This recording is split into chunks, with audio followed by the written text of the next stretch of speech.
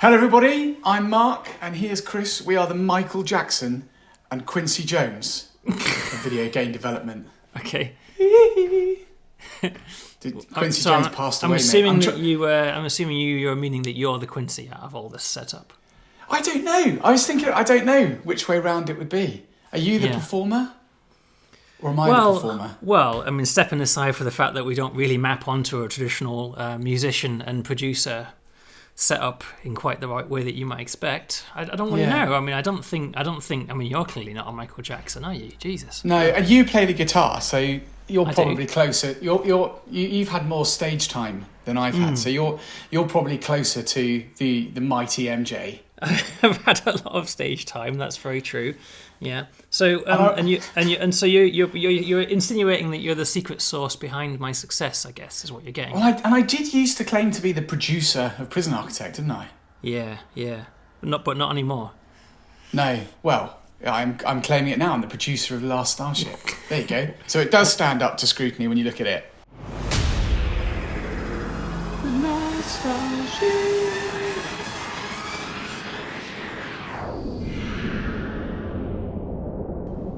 So I think the first thing to talk about, mate, is the re-release of the demo. Yeah, I know.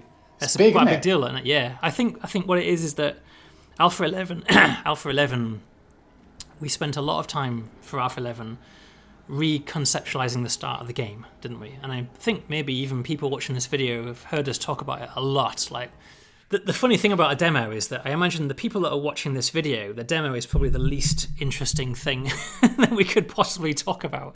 Because I imagine the people watching this game already own the game. Well, I don't know. But if they don't own the game, and if they're still unsure if they want to put down their money and get involved, then, well, there's now a free demo. That's how confident we are. Yeah, that's it, exactly that. And I hope that there are people that are watching these videos, because they're interested in it and they're taking their time to decide the point at which they want to jump in, right? Because not everybody wants to play a game in a very early form. Some people do, other people want to wait until it's further along. And I get that. There's a journey, isn't there? And everybody chooses their own moment to jump in. But like I say, with the demo, it should make it easier to make that decision about whether now is the right moment or whether you want to give it a little bit longer. Absolutely, yeah, and it means you've got less chance of wasting your money. And we don't actually want anyone to buy and refund because it's not good for us either. No, we would much rather people play the demo and then decided they liked it.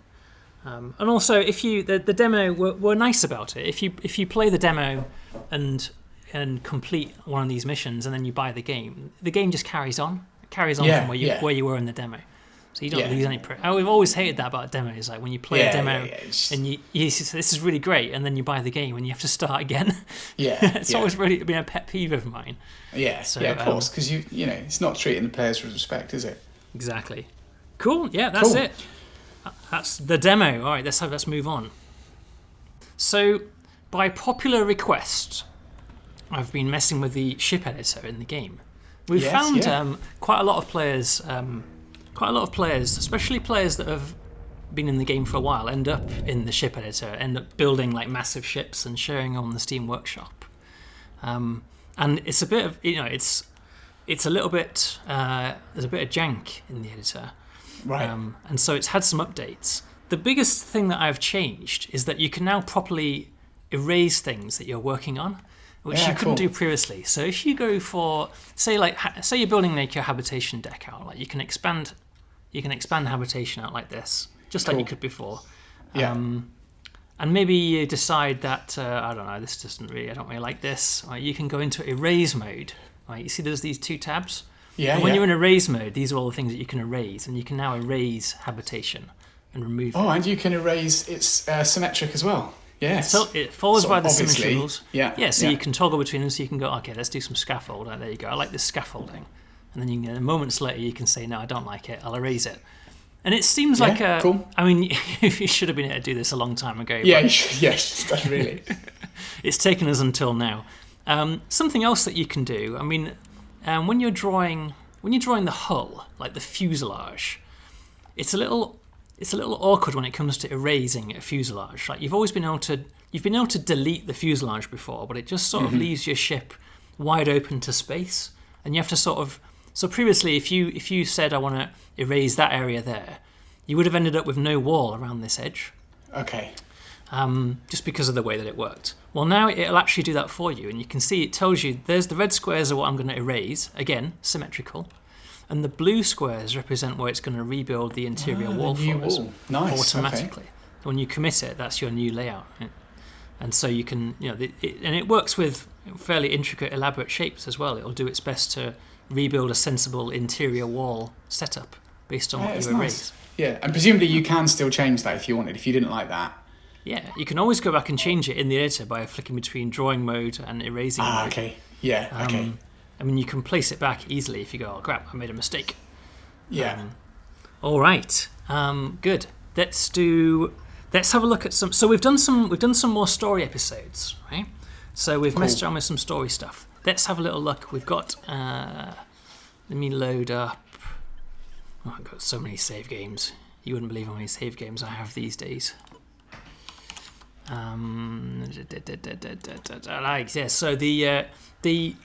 the trouble with Tidlets continues as a storyline.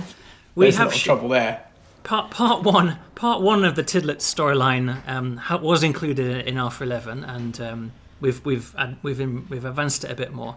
This storyline about these silly little cute Tidlets has ended up expanding into like the biggest storyline in the whole game. It's written as a 4-parter currently. Wow. Not all 4 parts are in this alpha, but we have done the next stages. It's really interesting. I just found something about it. There's something about the charm of it that just makes it very writable. Yeah, it's not serious. Cool as well. It's not serious the way the Stargate is, or the vacuum collapse or anything. We've also gone back to, if you remember, in Alpha 11, we largely removed the opening Stargate tutorial. It used to be where the game began. New players would go straight into the Stargate, and we just decided that was a terrible idea. And that was totally the right choice. And so the Stargate project sort of evaporated for a while, but we've brought it back. Well, I think the Stargate project is a big part of the mid-game. That's why it needs to be there. And we were losing a lot of people. They just weren't continuing to play. And I think that we've done such a better job now with the opening, the opening hour. But the stories, they go a certain distance, don't they? They go so far. But actually, I want to build like a big sandboxy experience. And I think that's what the Stargate is. Yeah. So I've remade it quite heavily. It's still recognisably a very similar project. This is the spaceship that you get now. You can see it's all had a bit of a redesign. It's the same basic 4-module ship, but it's had a bit of a change to its layout. It's actually a bit smaller as well. Like I feel like we were giving players too big a I think we were a ship previously, and it's got it's now wrapped in this story episode called Deep Space Industrialists. Cool. And it's about this aging kind of space industrialist character called Alexander James Ellistar, who has this kind of business idea to get involved in this mega project, because it is essentially a mega project. It's called the Andromeda Project in this new storyline version. Quite interesting, because we came at this Stargate thing from a pure Factorio approach, right? Which is like, let's just do the industry, let's just have mining and refining and building parts. Whereas now I've come at it again with more of a story-driven approach to it, even though the underlying mechanics are the same. So that's in Alpha 12 as well. If I load a little bit of a later save up, like say this one, you'll see this is that exact storyline a little bit further along. Cool. Expanded up. It's recognisably similar, but I think it was so totally the right choice. Not to drop players in this as like the first thing, the first thing that they experience in the game. Here's something that's been very strongly requested. You can now sack people. Oh, I like that. You've never been able to sack people before, and I think that's just everything that's wrong with the world now, isn't it? You can't fucking sack anyone. Can't fire anyone, can you? No. So now you can, right? So here's a little ship. This is a gas collector ship. This is part of like the Deep Space Industrialist storyline. We're just sat in this nebula gathering gas. Well, I think that it's become mostly automated now, and I think these people are just, look at them, it's lazy sods. Yeah, not doing anything. They're clearly not needed. Taken over their world, haven't they? Yeah. Yeah. So I can go to the trade screen now, and it's under sell, right? And the reason why it's under sell is that this is where you get things off your ship from a user interface standpoint. So crew show up, but you're not really selling them in a second. No. So I think we can reduce them down to maybe 2. There you go. So I'm going to sack 8 of our employees. That might be a little bit heavy going, but I don't know. We'll see what happens, won't we? Yeah. Elon seems to do this, doesn't he? He just goes in and sacks 18 he does. of the employees. He does sacks a lot of people, doesn't he? All right, here we go. So here comes the sack shuttle. Sack shuttle. Right. Get the fuck off my ship.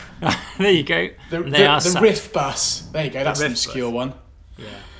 That's it. And then, so, I mean, it's a small thing, but it's actually been very strongly requested. A lot of the time you end up with too many employees because you needed them earlier when you were building the ship out. Yeah. You just don't need them anymore. And now they're just a waste of oxygen. Exactly.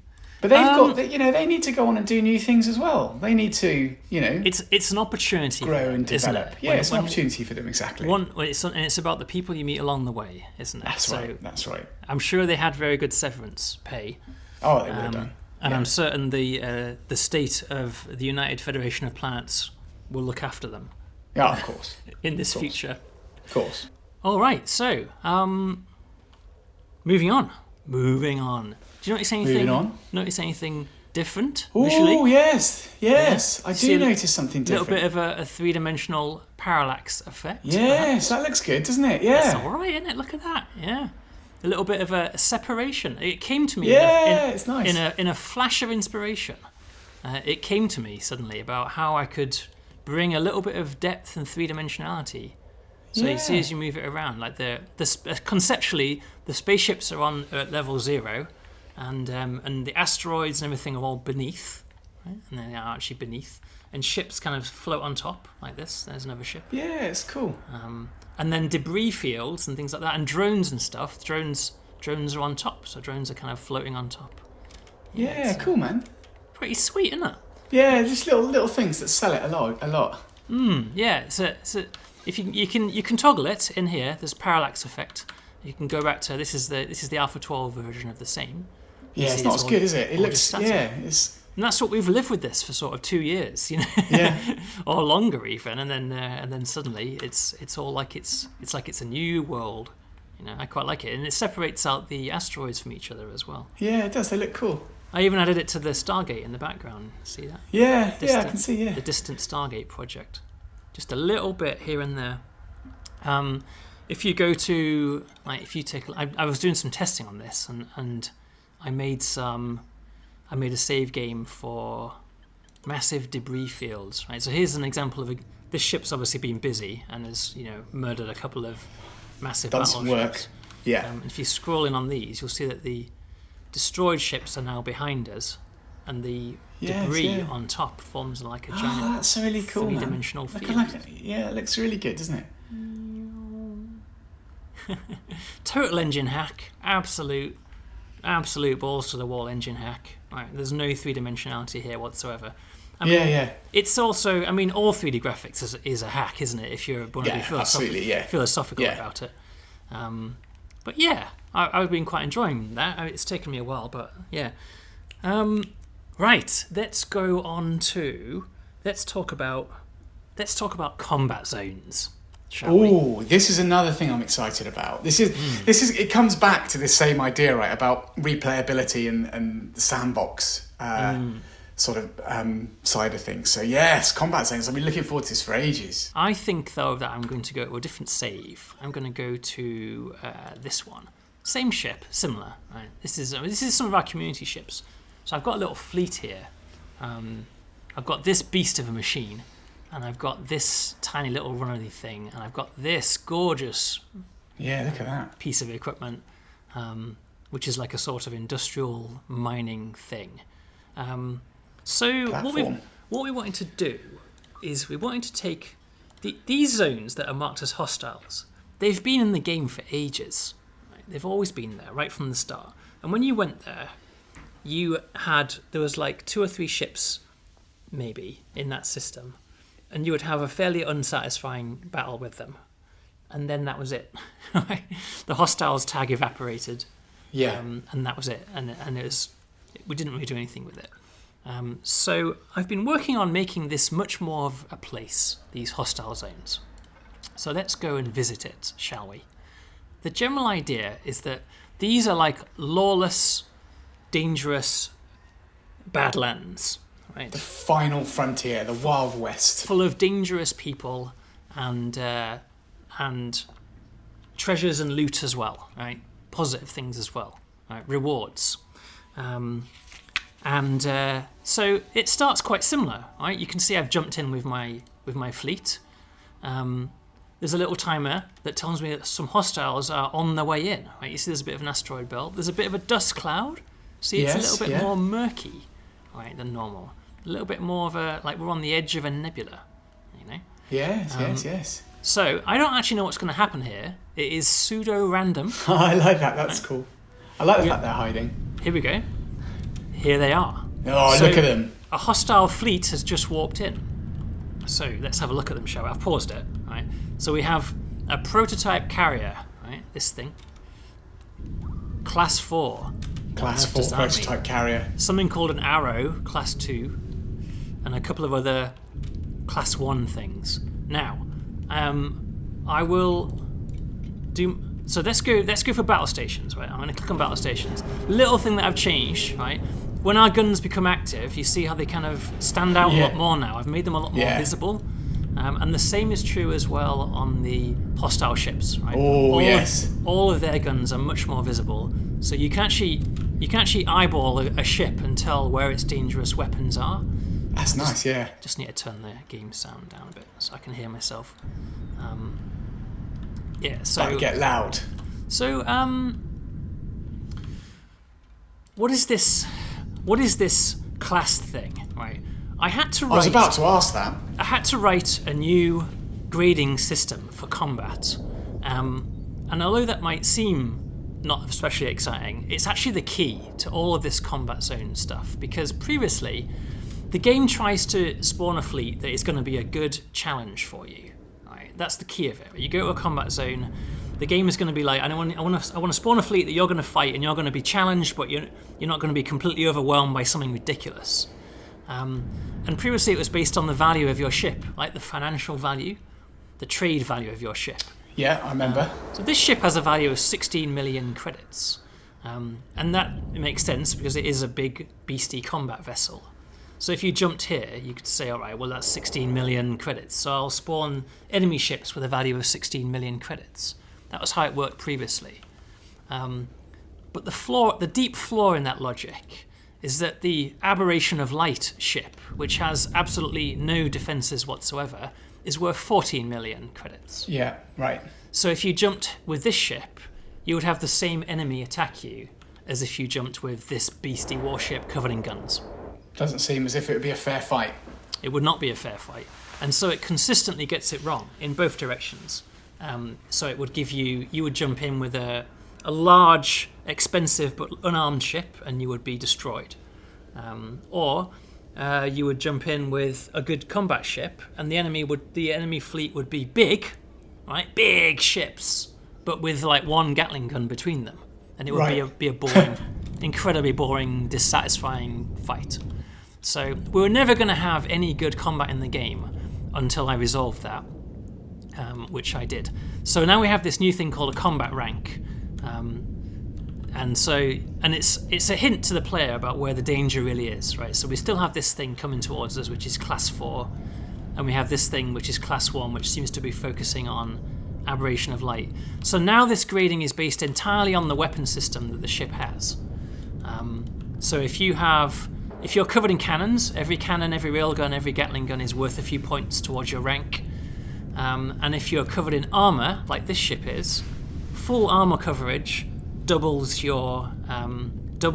class, the combat class, if you like, of a ship. So which is tougher? The higher the number, the tougher the ship. Higher the number, the tougher the ship. So a class 1 ship like this is not really a big threat, right? You can see it's a reasonable sized ship. It looks like it's quite fast with 6 engines at the back, but it's only got a few Gatling guns. Yeah, got a couple of little things. So a little bit of personal defence. Exactly. The real threat is this thing. And again, the game was never very good at telegraphing any of this to you. because in previous versions you couldn't see guns on the enemy ships. Right. So you couldn't tell how well armed they were. And it didn't really give you a hint about how dangerous they were either. So I've fixed all of that now. And you can see that we're reasonably on top of this. But I'm basically dealing with the ships that were easy to kill first. So what else have I done? You might have noticed that this SOS Hadron thing, which is getting beaten up now, was attacking this aberration of light defenseless vessel thing. Yeah. But now that I've kicked its ass a little bit, it has changed target, and it's now going to pursue my actual combat ship. Oh, you've angered it. You've angered the wasp. I've angered it, and I've drawn its attention, and I'm going to try and keep its attention now because I don't really want it damaging that thing. Let me just try and finish it off. In fact, whilst I'm doing that, let's get you guys out of here. Get them to a safe distance. Yeah, again, all of that stuff that I was doing there with Parallax, right? I just paused the game. You see how the drones are all in their separated layer of Parallax. Yeah. It's like it affects here too. It's and then nice. These huge debris fields that appear and stuff. What else was I saying? Yeah, there you go. Let's slow you down. Let's bring you back. So as well as doing this grading, so the whole system of choosing enemy ships whenever you're getting involved in a battle, whether it's a mission or whether it's a combat zone or anything of the sort, is now based on this new combat rank rather than previously the trade value. Right, he's almost dead, so I can get in close. You're taking a lot of fire. Yeah. So the battle ends, and you see we get this hostiles destroyed rank increased thing. Now we had that before, but it was based on the trade value of the ships that you destroyed. Right? So if you blew up a big ship that had no guns, your combat rank would go up hugely because the trade value of that enemy ship was really high. So none of that made any sense. So battle's over, and so now we're into like the repair phase, right? You can see all of the drones are launching. All of our ships are doing any repairs that need to be done. Not too much. So I made another change. If you leave battle stations turned on when there's no enemy vessels, your drones will prioritize repairing your ship. Okay. And as soon as you turn battle stations off, all your guns retract, and your drones, they will still repair your ships, but they'll prioritize gathering loot, right? Gathering all the goodies. The spoils of war. The spoils of war, exactly. So you can see there's a big loot gathering exercise going on up there, which is what this aberration of light is really good at. It looks cool as well, right? It looks really cool. Yeah, it does, and it's like so I think I've hinted enough. This hostile zone that we're in. Firstly, we've had a much better space battle than we would ever have had previously, as a combination of a whole bunch of those changes. I also fixed a lot of issues with the cannons and railguns not picking targets properly when they're on auto target, and because you need them to be able to fire themselves if you haven't given them a specific target to fire at. But now you're into this this cooldown repair phase, right? But if you stay here for long enough, the cycle repeats, right? And you can see we get a new alert saying hostiles inbound. You get about a minute warning, right? And we survived that. We lost some armor, but we basically survived just fine. And our combat rank has gone up a bit, right? So the enemy fleet, the makeup of the enemy fleet is based on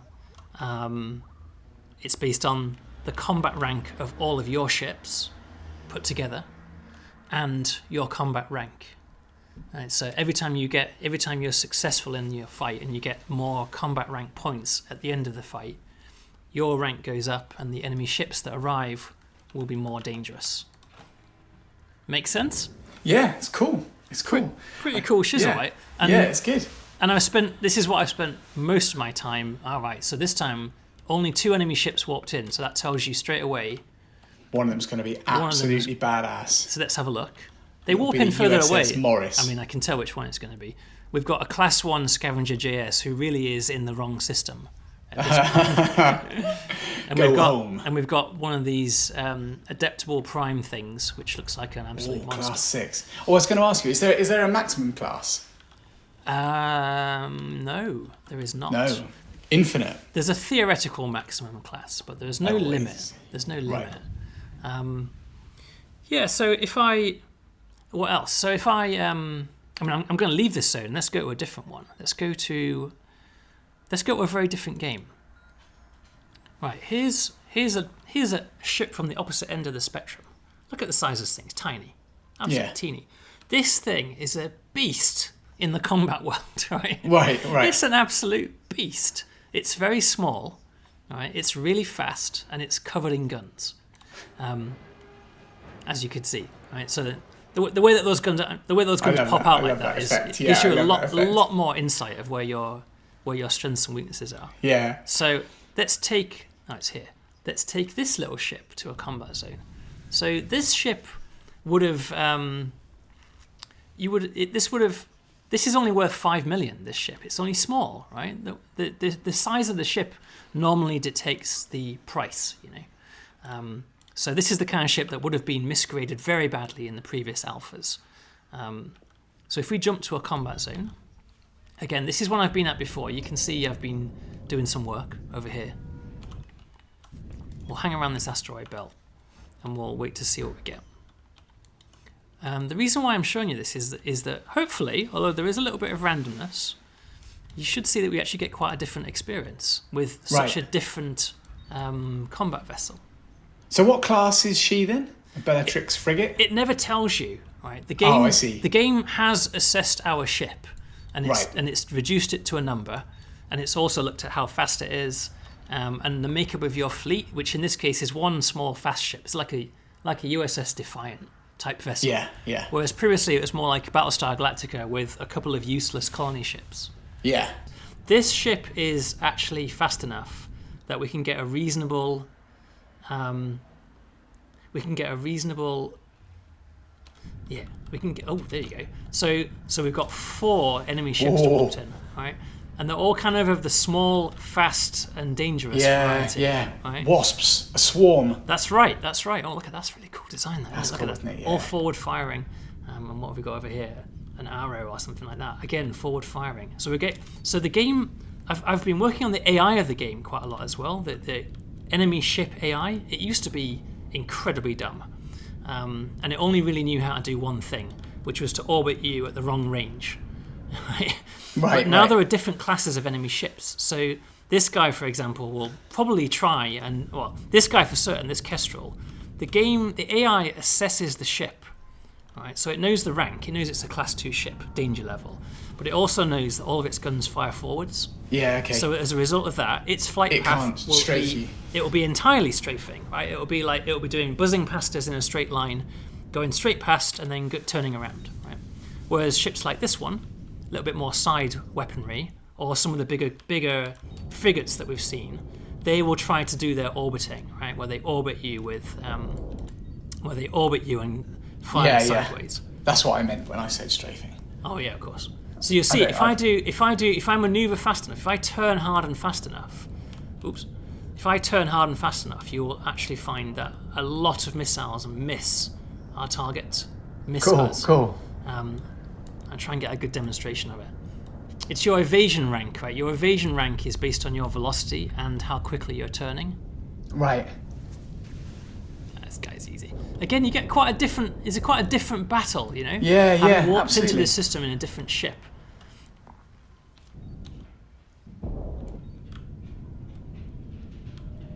Alright, let's go. So he's just done a big loop. He's going to come straight at us now. I don't quite have that. So if I do... when you evade a missile, oh look at that parallax, I love it. When you evade a missile, it kind of curves off target like this. See, this shot here is curved off target and has slowed right down. That's how you know you successfully evaded a missile. See, I'm going like full Neo here. There you go. There's another one. It's got quite a different look to it, hasn't it? You know? Yeah, it does. It looks really good. Evasive. There we go. Full turn. There we go. Evade. Open up. All right. So the AI, the extensions that I made to the AI, also mean that if you're in one of those battles where you've got like one of the big frigates that has a lot of port and starboard weapons, right? It's all port and starboard cannons. They'll tend to orbit around you, right, and firing at you from one side. If you destroy all of their cannons, if you knock out a lot of their cannons on the side that's facing you, the AI recognizes that now. It didn't used to. It didn't used to really have any awareness of where its guns were at all. It'll recognize that and it'll reassess and it'll say, my best functioning weapons are actually on the port side now, or they're on the front now. And it will change its flight plan accordingly, based entirely on where its current functioning weapon systems are. Yeah, what else can you do? It's very interesting. You can start this from creative mode, right? If you go all the way back to creative mode, let's say we load up, what do people always load something massive. Like people always think, like, what happens if you load something massive? Like this thing. We've had this before. The DRX Helicon Omicron, right? It's an absolute monster of a ship, right? You can watch all its weapon systems come out in banks. So if you load this ship up in creative mode and then just fly immediately to a combat zone, well, in Alpha 11 you would fight one tiny little fighter, right? Because our combat rank is 0, right? So it would be scaled and you would get something pathetic, and it would be, again, very dissatisfying. Now, because we're rank 0, our first battle will be our easiest, but it still won't be that easy, right? This thing here is just like a line of railguns. 1, 2, 3, 4, 5, 6, 7, 8, 9, 10 railguns on the front. That's their fire coming towards us. So what I'm getting at is that depending on the ship that you first go to the combat zone in, you'll get a very different opening experience, right? The enemy ships that you fight will be very different. Now, we're only rank 0, which means our combat rating is rank 0, which means that this won't be an especially challenging fight for us, because this is just such a beast of a ship. And they've just flown straight into our kill zone. But once these guys are dead, which is going to be in about 3 seconds, I've got to tell you, it's not entirely dissatisfying walking into a combat zone and annihilating the 2 enemies that happen to be overkill, right? Yeah, brilliant. Total overkill. But you see what happened there? We went from combat rank 0 to combat rank 3 in one go. Okay, we've jumped because it's such a big ship. So in other words, the game has recognised that we are way overpowered for rank 0 in this zone, and it's gone like, rank 1, rank 2, rank 3, right? And so the very next round of enemies that we face will be substantially harder straight away. So you get a very different experience as a result. So that is combat zones. Right? Brilliant. A whole bunch of extra changes on top of that may have made combat more enjoyable. And to be honest, I've spent most of the last 4 weeks engaged in combat against various, which has never really been a focus of the Last Starship before, has it? It's always been kind of something that existed but didn't quite work. It's taken a big step forward with it. Yeah. The things that we're missing now, I can tell you, is that we're good for one ship, but we don't have any good fleet controls yet. Right. If I had 3 ships here, I need to be able to give each ship separate orders. Yeah. You need to be the fleet admiral, right? Yeah. Rather than the ship captain. But you can't do that yet. So that'll come soon, I guess.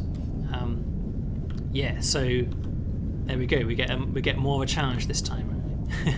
It's pretty cool, seeing them when they come in waves like that. There's something about it that just makes you go like, yeah, come on then. Yeah. You know what I mean? And you just get nice and destructive. Yeah, that's it. I think that's the end of my demonstration of combat zones. Wicked. Yeah, cool, man. It's really good. People will like them. I think this represents sort of we've been doing story episodes, haven't we? For quite a while now. Yes, we've been doing a lot of content. We've been doing a lot of story episode content. And I think we want to get back to doing some, what you and I would call mid-game, end-game stuff. Yeah, that's it. Right? That's it. Which in the case of this update is the Stargate project and these fun combat zones. Yeah. And the editor stuff as well, I suppose. All stuff aimed at players that aren't necessarily beginners. I think maybe that's the way to go in the future, a bit more of a hybrid. Yes, exactly, yeah. Try and touch all of them. So we hope you all enjoyed that. That's the Alpha12 video. The build is available on Steam now.